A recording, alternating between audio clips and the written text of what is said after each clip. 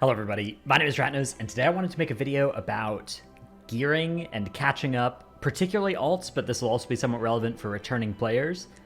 This video is going to be a lot like informative and also a little bit criticism of the current systems, but mostly informative because I feel like most people that I've talked to that haven't tried to gear an alt, I think overestimate how annoying it's going to be to get ready this patch, but there certainly are really kind of like one key thing that is still in the way. So let's go through all the things that you might want on your alt and how to get them as quickly as possible.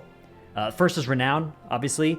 Now Renown, it's as of next week, as of patch 8.2.5, 9.2.5, which maybe a lot of you even are watching during that time, you'll be able to buy all the way up to 60 Renown from this flight path vendor here in Oribos.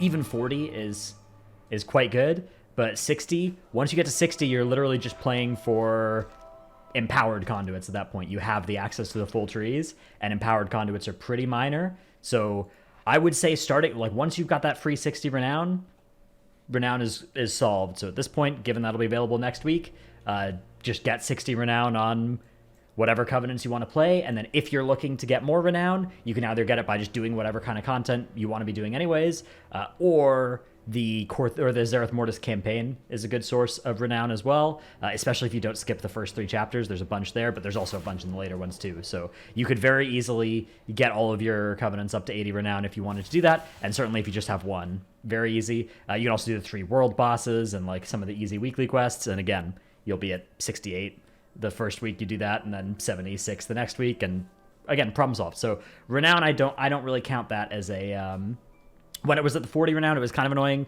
but even then it was pretty minor. I basically ignored it, and once it's a 60 Renown, completely ignorable.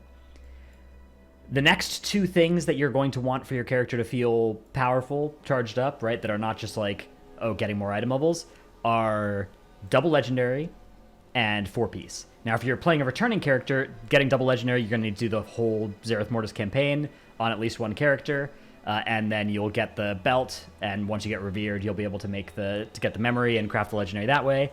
But if you're on an alt, you already have that campaign done on your main, the only thing you're going to need is just a base piece to craft the legendary onto.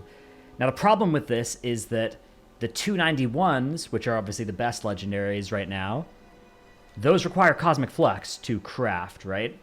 So you're in this annoying spot because Cosmic Flux is also the resource that you want to use to catalyze 4-piece or for yourself, right? So there's kind of a couple different parts of the puzzle towards getting double legendary and getting 4-piece. The first is deciding, do I need the Double Leggo at 291? If I can take it at 262, then I don't need any Cosmic Flux. The only other thing I need is Soul Ash and Soul Cinders, which is, you can send that account wide at a slight loss, or you can do like one run of Torghast, basically any layer, and you get huge amounts of those resources now. But Cosmic Flux is a much more limiting factor. Cosmic Flux you don't get very much of from Torghast at all, and you don't get all that much from keys either. You get like 100, hits around that size from Torghast and from keys. And so that can be very slow given that you're looking to accumulate something like 8,000 for if you're trying to catalyze 4-piece and 2 legendaries. So then the other thing you could do is, you can make the 262 legendaries, but then if you later upgrade to 291, maybe you're spending a lot more gold for this. Either way, you're going to need to spend gold on the legendary base items. So for some people, this is just already going to be a barrier to your alt, right? It's just, oh, this is going to cost me 50,000 gold to get my 2 legendaries. Definitely understand if that's a barrier for you. That's something that I'm not super happy with the way that legendary costs work in terms of the gold for the base items. But that is a cost to be aware of making an alt. And it goes up, obviously, if you want to start at 262 and then upgrade to 291 later. And then, the 4-piece. The 4-piece, you're not only going to need the Cosmic Flux, but you're also going to need items to catalyze. Now, you can get most Zereth Mortis items. You can get most slots from Zereth Mortis and then just catalyze those. They'll be lower item level. You're looking at like 240, 250 pieces. Or I would say my recommended strategy for at least alts of the sort that I play is to get your piece from M+, from like get a 262 from M+, from a +15, which does pose the challenge of how do I get into these plus 15s before I have 4-piece double Lego? And the answer to that is you trick your friends. But if that doesn't work out, then okay, maybe you start even at 255s or 248s or something, 249, whatever you can get your hands on. Catalyze those and work your way up from there. But again, the Cosmic Flux is a big issue. So how do you get Cosmic Flux, and how should you get Cosmic Flux?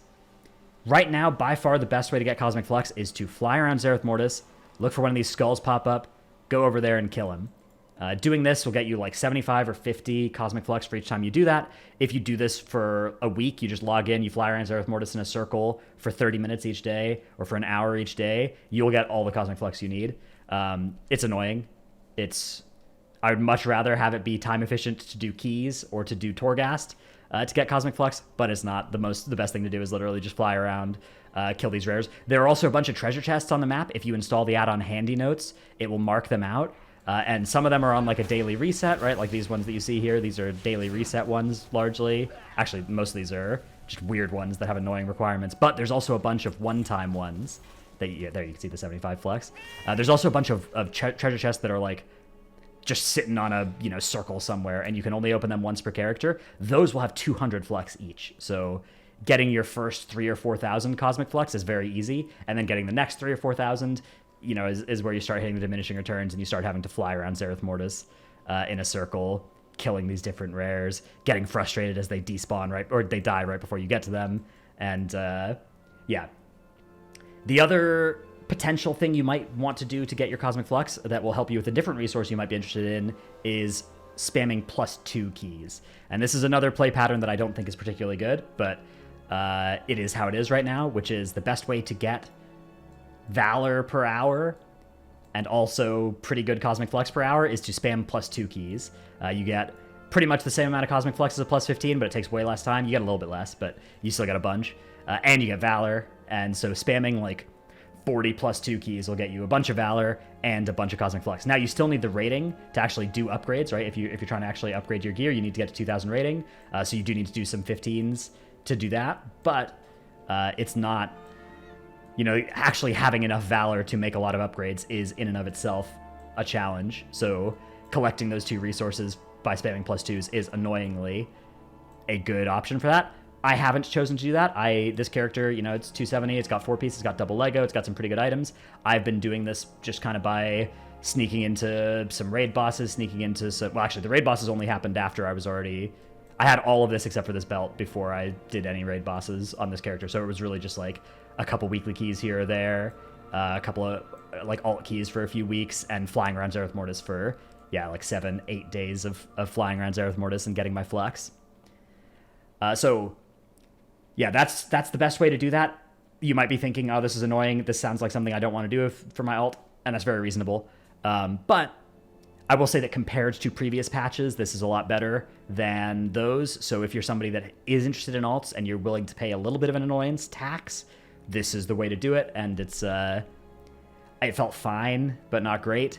It is something I wish they would make some changes to. Notably, I just think up the rates of Cosmic Flux from all sources except for Zereth Mortis. The Zereth Mortis rate is fine, but, quintuple the amount we get from Torghast and multiply the amount we get from +10s and +15s by like 10.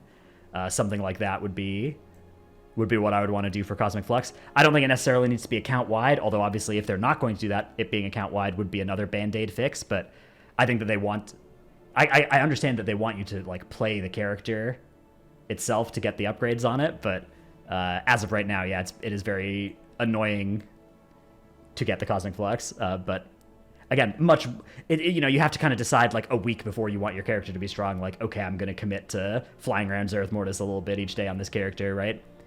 But it's better than some of the patches we've had in the past where it's like, I have to decide 3 months before I want to play this character that it's time to start grinding essences and getting my corruption resistance up and like all that stuff, so...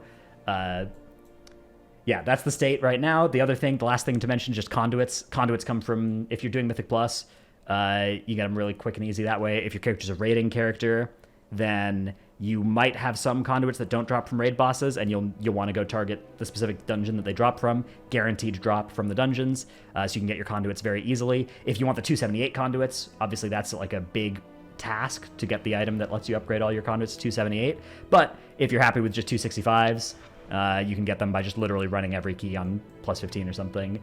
And if you were happy with 252, you can do it even at a lower key level. And that is really fine. You're missing out on a very small percentage of power for your alt for doing that. That's something that I'm comfortable with on mine. But again, if you feel differently, then, fair enough.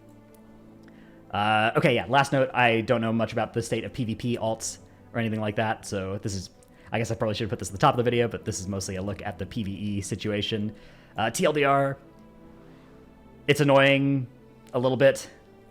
A lot of flying around Zereth Mortis is the best way to...